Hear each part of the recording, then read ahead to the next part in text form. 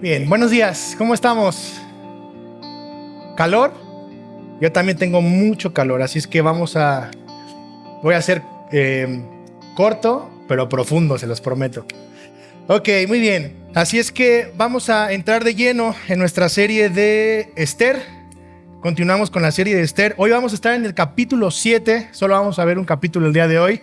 Es cortito, pero quiero que le pongamos la lupa y vamos a ver algo, más bien la vida y el carácter de uno de los personajes de esta serie. Así es que acompáñame a orar. Señor, gracias Padre por este día, gracias por la bendición de poder estar reunidos un domingo más como iglesia para adorarte, para glorificarte, para darte gracias por todo lo que tú haces, por quién eres, por tu amor, por tu gracia, por tu misericordia, por tu salvación, Señor, por tantas cosas que no pararíamos de agradecerte. Padre, te ruego que esta mañana, Señor, tu palabra pueda ser expuesta fielmente.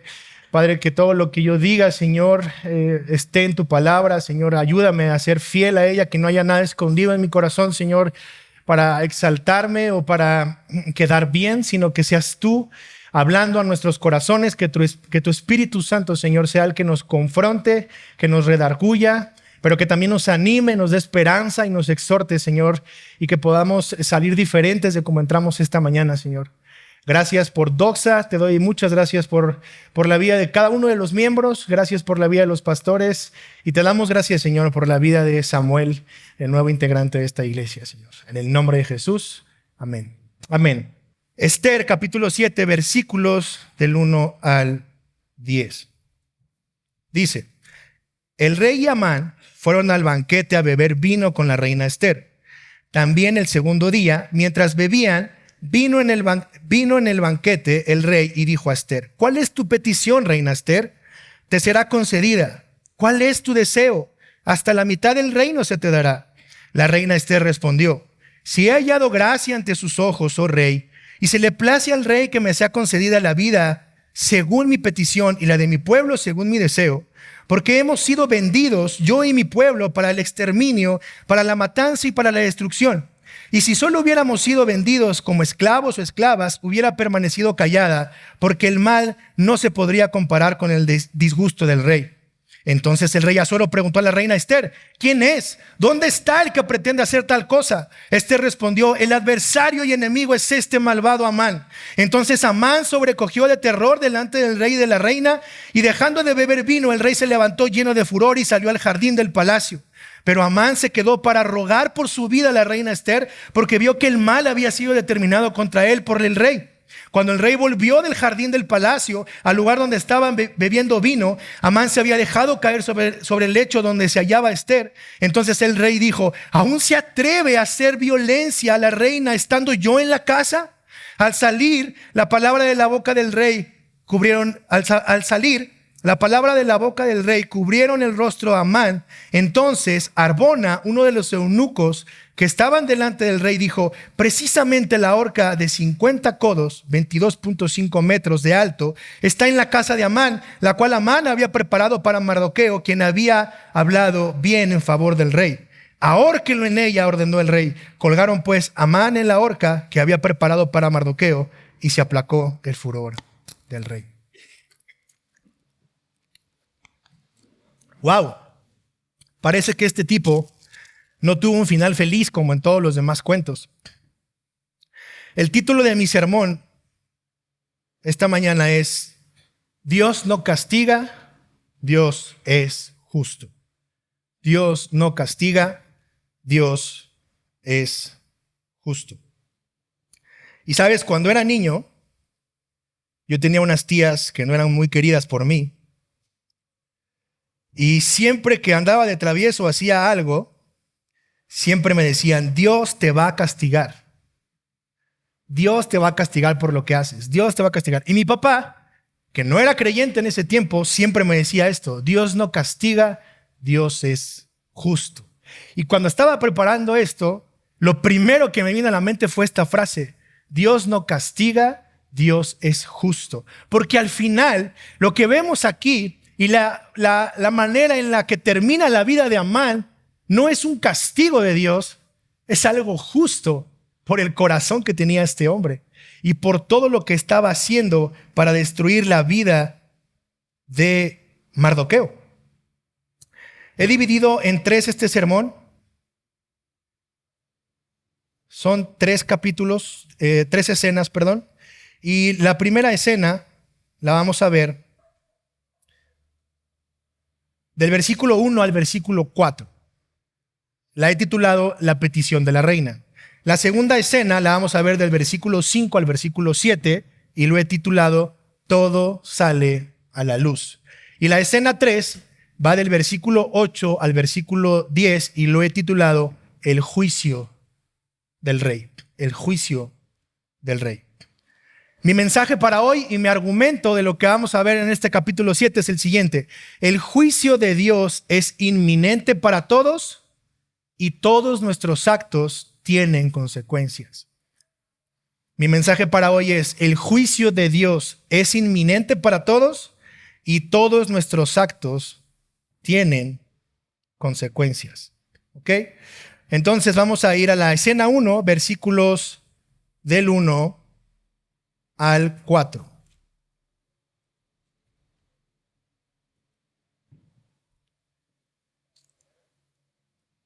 El rey y Amán fueron al banquete a beber vino con la reina Esther. También el segundo día, o sea, el día anterior, ya lo habían hecho. Y una vez que salen de esa primera reunión, de ese primer banquete, Amán sale contento de ese lugar, sale alegre, dice que su corazón estaba contento hasta que se vuelve a topar con Mardoqueo. Y es ahí donde va con su esposa y entonces la esposa le dice que haga una horca para que lo mate, ¿no? Pero date cuenta el corazón de este hombre. Este hombre está contento porque vienen de un banquete donde se sintió importante, donde solo estaba invitado el rey, la reina y él. Sale contento y se topa con Mardoqueo y se acabó su gozo. Se acabó su alegría. Ya el mundo se derrumbó. Todo se derrumbó cerca de ti, cerca de mí. Se acabó. Y es como un lunes en la mañana, ¿no? Todos estamos contentos el domingo, pero el lunes en la mañana todo se derrumba. Otra vez tráfico, otra vez el trabajo, otra vez la escuela, otra vez la semana, y todo se derrumba en nuestras vidas nuevamente. ¿Y sabes por qué? Porque ponemos nuestro gozo en cosas que son terrenales, cosas que se van a terminar, cosas que no tienen sentido, cosas en las que no podemos poner nuestro gozo y nuestra alegría porque en algún momento se van a terminar. Cosas en las que Dios no tiene nada que ver en un sentido porque al final son cosas pasajeras. Y eso es lo que estaba pasando con Amán. Su gozo estaba puesto en su propio orgullo y en que él fuera exaltado y en que él un día pudiera tener el poder que tenía el rey Asuero. Y entonces llega una vez más, se topa con Mardoqueo y toda esa alegría que tenía se derrumba, se cae. Y la muestra de eso es el corazón orgulloso. Un corazón orgulloso siempre está poniendo su fe, su esperanza y su gozo en todo menos en Dios. Su esperanza está puesta en su cuenta de banco, su esperanza está puesta en su trabajo, su esperanza está puesta en su negocio, su esperanza está puesta en su esposa, en su esposo, en sus hijos, en el novio, en la novia, en el cine, en el Netflix. Todo está puesto en cualquier cosa menos Dios. Y si te mueven el tapete un poquito, entonces todo se derrumba, todo se cae y la vida ya no tiene sentido. Y ese es el corazón de una persona orgullosa. Ahora, vamos a definir orgullo. Según S.C. Lewis, el orgullo es lo siguiente. Va a aparecer en la pantalla. Perdón. Vamos a definir humildad, no orgullo. Vamos a definir humildad, que es lo contrario del orgullo. Y normalmente pensamos que la humildad o aquella persona humilde es aquella persona que dice no necesitar nada. Oye, ¿qué quieres comer? No, huevitos. Tranquilo, no necesito. Oye, pero hay hot cakes, hay chilaquiles. No, yo con huevitos estoy bien, yo no necesito más. Oye, unos tenis, ¿te alcanza para comprarlos? Sí me alcanza, pero no, yo así rotitos, está bien. Pero están rotos. No, yo no necesito más. Entonces pensamos que eso es ser humilde. Y eso no es humildad, de acuerdo a la Escritura. Vamos a ver qué es lo que dice C.S. Lewis acerca de la humildad. Dice, la humildad no es pensar menos de ti mismo, es pensar menos en ti mismo. Y esa es la definición de acuerdo a las Escrituras que enseñan qué es la humildad. Una vez más, la humildad no es pensar menos en ti mismo, es pensar menos en ti mismo. No es lo que piensas de ti, es lo que piensas hacerte a un lado para hacer algo por los demás. Entonces, este segundo día, que es la continuación del banquete del rey, Amán se presenta con Esther. Amán viene todo derrotado por lo que pasó con Mardoqueo, está lleno de envidia, de odio, de rencor. Aún no puede entender cómo es que su sueño de ser aquel rey o que el rey le rindiera honra haya sido una pesadilla, porque tuvo que vestir a Amán, tuvo que llevarse a Amán, tuvo que subirlo al caballo. Y el rey Asuero le dice las mismas palabras que en el primer día del banquete a Esther. Y le dice, ¿cuál es tu deseo? Hasta la mitad del reino se te dará, le dice. Versículo 3, la reina Esther respondió. Y fíjate las palabras de la reina Esther. Si he hallado gracia ante sus ojos, oh rey, y se le place al rey que me sea concedida la vida según mi petición y la de mi pueblo según mi deseo, porque hemos sido vendidos yo y mi pueblo para el exterminio, para la matanza y para la destrucción. Y si solo hubiésemos sido vendidos como esclavos o esclavas, hubiera permanecido callada, porque el mal no se podría comprar con el disgusto del rey. Wow. O sea, no fue un reclamo de Esther. No le dijo, yo soy la reina y merezco esto. Es más, ni siquiera tomó el ofrecimiento del rey de que le daría la mitad del reino. Las palabras de Esther fueron palabras de honra hacia el rey, de mucho respeto hacia el rey. Y el primer principio que te dan en ventas no se trata de lo que digas, sino de cómo lo digas. Y creo que Esther sabía este principio. Porque lo que ella quería era mostrarle al rey que iban a matar a su pueblo y que necesitaba ayuda, pero no se le exige. Esther habla con respeto, Esther se lo pide con mucha honra, Esther se lo pide con mucha firmeza, con mucha convicción, pero sabe cómo hablarle al rey, sabe cómo llegar al rey, honra al rey con sus palabras, porque de hecho le dice, al final del versículo 3 dice, y si solo hubiéramos sido vendidos como esclavos o esclavas, hubiera permanecido callada, porque el mal no se podría comparar con el disgusto del rey. Wow. ¿Te das cuenta de la petición que hace la reina? Con mucha firmeza, con mucha convicción, pero con mucha inteligencia. Y podemos ver un carácter distinto al de Amán, movido por sus emociones, movido por su orgullo, sin pensar las cosas, solo buscando su propio bienestar, solo buscando que él sea puesto en el pedestal. Y la reina es muy sabia en expresar sus palabras y su petición para que el rey pudiera responder.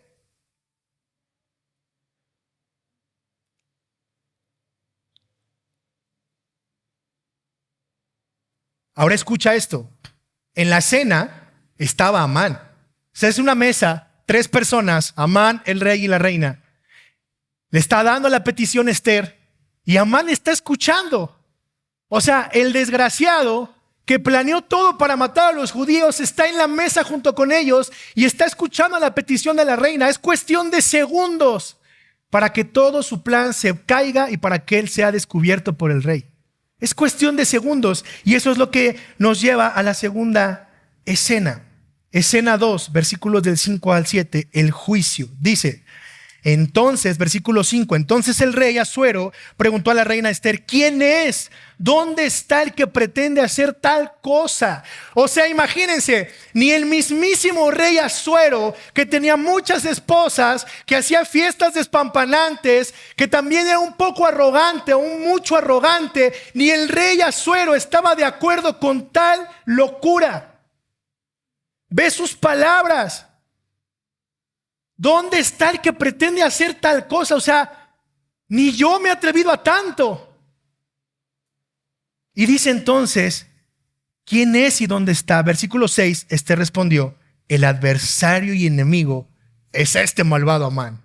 Imagínense la escena, o sea, los tres sentados en la mesa, es él. Él fue. ¿Qué pasa si tú escuchas esto? ¿Qué sentiste?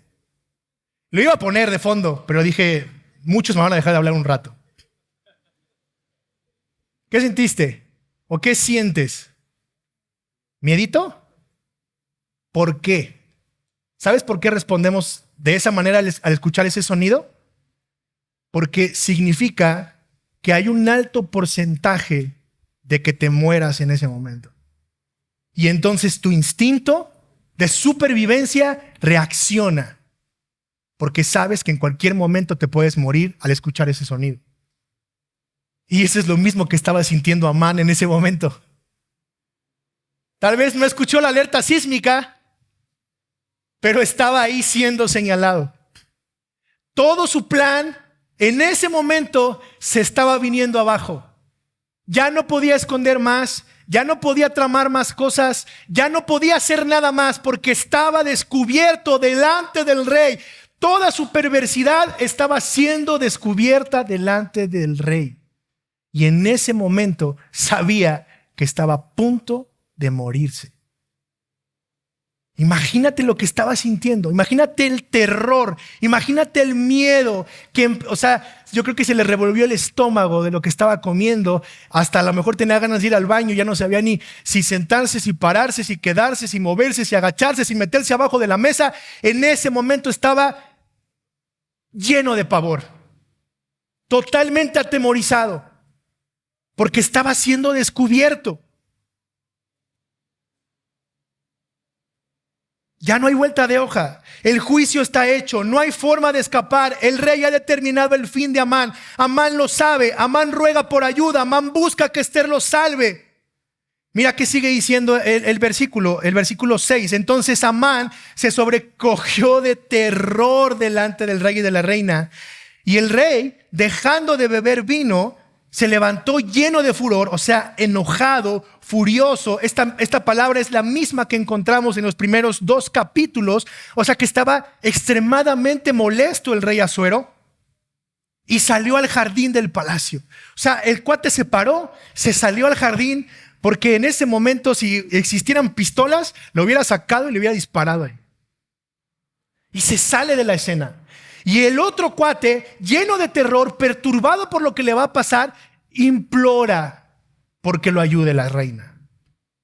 Pero en ese afán de pedirle ayuda a la reina, el cuate, yo creo que la reina estaba parada de este lado, él se para de la mesa, le dice: por favor, Esther, ayúdame, me van a matar. Y entonces, en su desesperación de buscar esta ayuda, en su desesperación de que Esther pudiera hacer algo por él, se empieza a acercar a ella. Y en ese tiempo tú no podías acercarte a más de 12 pasos de la reina.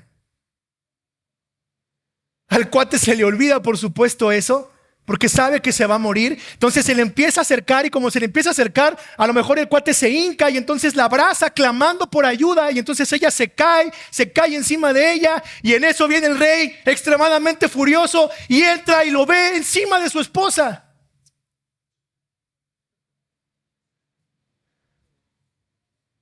Y dice el rey,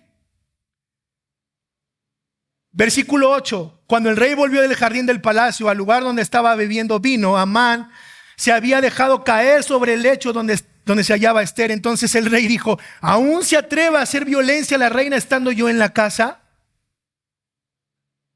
O sea, después de todas las tarugadas que estás haciendo y que quieres matar a todo un pueblo, ¿todavía te la avientas a mi esposa?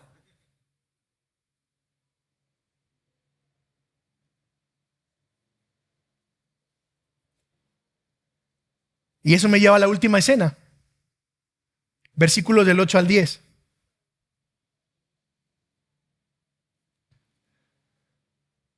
Al salir la palabra de la boca del rey, cubrieron el rostro de Amán.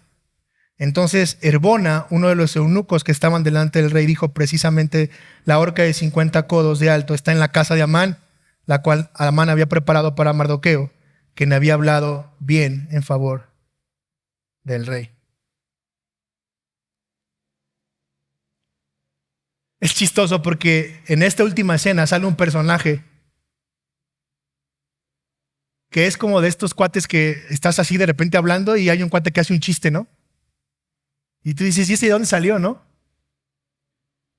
Pero normalmente cuando hay una persona tan arrogante y tan orgullosa como Amán, pues tiene muchos enemigos. No hay muchos a los que les caiga bien. Y entonces este eunuco dice, oigan, hay una hoguera en su casa. Este es el momento, ha de haber dicho, este es el momento de vengarme de este arrogante desgraciado. Rey, este cuate mandó a hacer una horca en su casa. ¿Por qué no le damos piso con su propia horca? ¿Cómo ves? ¿Qué te parece, mi rey? ¿Te das cuenta? Un corazón orgulloso, un corazón arrogante, siempre va a tener enemigos. Siempre va a haber alguien que diga, va a llegar un día donde este desgraciado me las pague todas. Y sabes, ese día llegó para Amán. Y entonces este eunuco sale de la nada y dice, ahí hay una hoguera, ¿por qué no la usamos? Para que se muera de una vez, ¿no? El rey no lo pensó dos veces. El rey entró, vio la escena con una furia que traía desde lo que Esther le había dicho, lo vio encima de su esposa. Yo creo que los eunucos estaban afuera, la Biblia no lo dice, pero a lo mejor estaban afuera de donde estaban comiendo. Entonces el eunuco entra, se da cuenta de la furia del rey, le tapa la cabeza y en cuanto le tapa la cabeza, hace su gran comentario y el rey dice, ahórquelo en ella, ordenó el rey. ¡Pum! Estaba hecho. Ya no había más que hacer. Ya no había manera de ir para atrás. Ya no había de que alguien lo salvara. Ya no había nada que hacer. Amán se iba a morir sí o sí.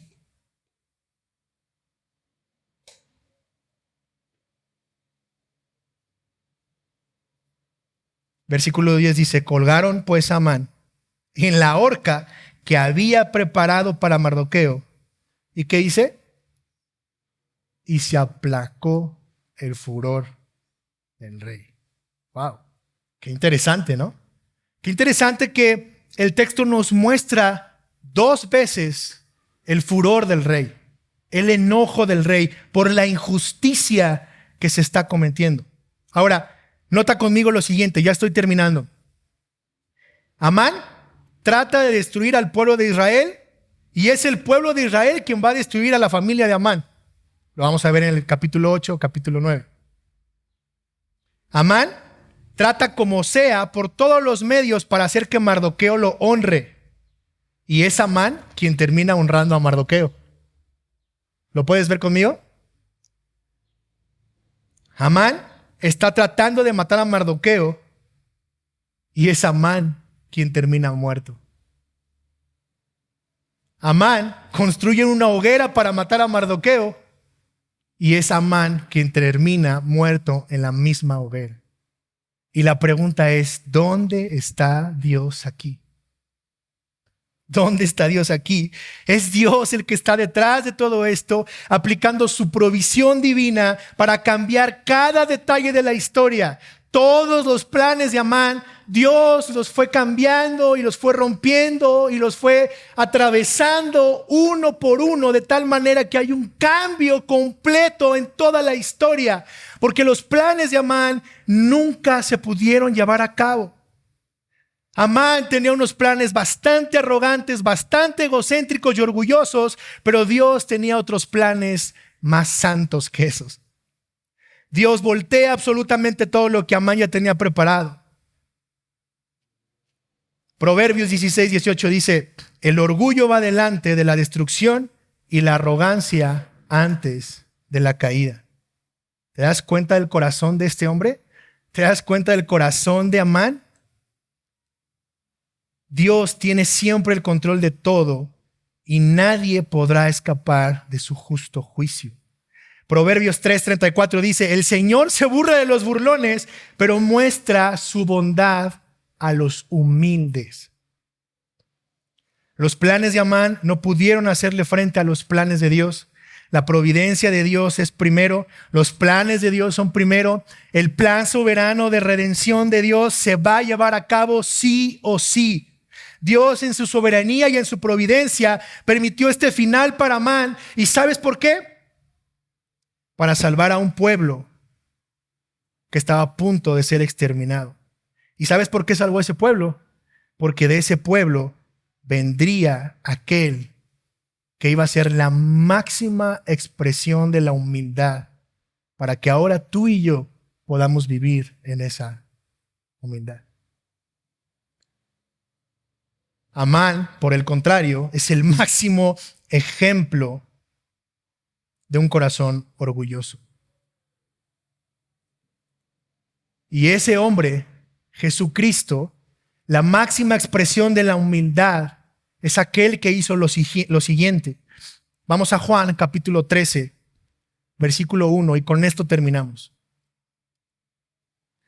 Juan capítulo 13, versículo 1 en adelante.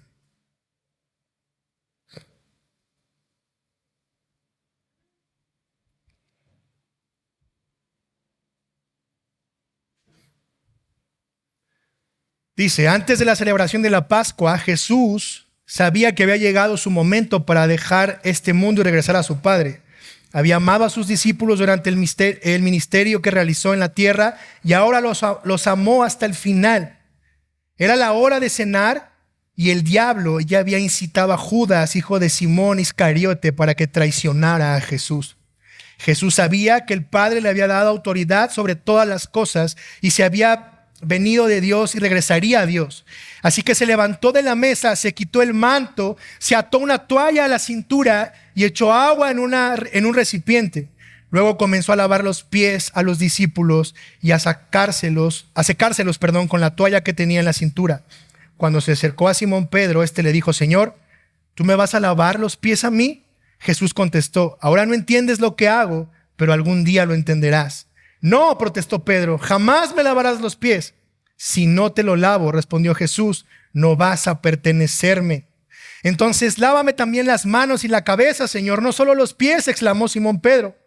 Jesús respondió, una persona que se ha bañado bien no necesita lavarse más que los pies para estar completamente limpia. Y ustedes, discípulos, están limpios, aunque no todos. Pues Jesús sabía a quién lo iba a traicionar, y eso se refería cuando dijo, no todos están limpios. Después de lavar los pies, se puso otra vez el manto, se sentó y preguntó, ¿entienden lo que acabo de hacer? Y ustedes me llaman maestro y señor, y tienen razón porque es lo que soy. Y dado que yo, su señor y maestro, les he lavado los pies, ustedes deben lavarse los pies unos a otros. Les di mi ejemplo para que lo sigan. Hagan lo mismo que yo he hecho con ustedes. Les digo la verdad, los esclavos no son superiores a su amo, ni el mensajero es más importante que quien envía el mensaje. Ahora que saben estas cosas, Dios los bendecirá por hacerlas. Mis hermanos, aquel corazón orgulloso será quebrantado, será humillado y su final será en la hoguera. Aquel corazón que se ha quebrantado por el poder del Espíritu Santo, reconozca su corazón orgulloso y pueda ver la cruz, será bendecido y ahora va a poder hacer lo mismo por sus hermanos. Un corazón humilde es aquel que ve por los demás. Un corazón orgulloso es aquel que ve por sí mismo y su final nunca va a terminar nada bien. En su momento, el pueblo de Israel pidió un rey. Y Dios les dio ese rey a través de Saúl. Y su primera encomienda en la guerra de Dios hacia Saúl fue: acaba con los amalecitas. ¿Por qué ese pueblo no me honra? ¿Por qué ese pueblo no me ama? ¿Por qué ese pueblo está en mi contra? Y el corazón orgulloso y rebelde de Saúl le valió lo que Dios le dijo y no lo hizo. Pero el plan soberano de Dios se iba a cumplir sí o sí. Y el último que quedaba de esos amalecitas, ¿sabes quién era? Amán. Hay una guerra santa que Dios está luchando y librando por ti y por mí. ¿Y sabes dónde acabó esa guerra? ¿Dónde venció Dios en esa guerra? En la cruz. Ahí es donde tenemos la victoria. Ahí es donde todo fue hecho. Y lo único que tenemos que hacer es poner nuestra fe en Cristo, rendirnos a Él, rendirnos a su señorío y reconocerlo como Señor y Salvador. Padre, gracias. Gracias por esta palabra. Gracias por lo que has hecho en la cruz, porque ahí tú has proveído todo lo que necesitamos, Señor.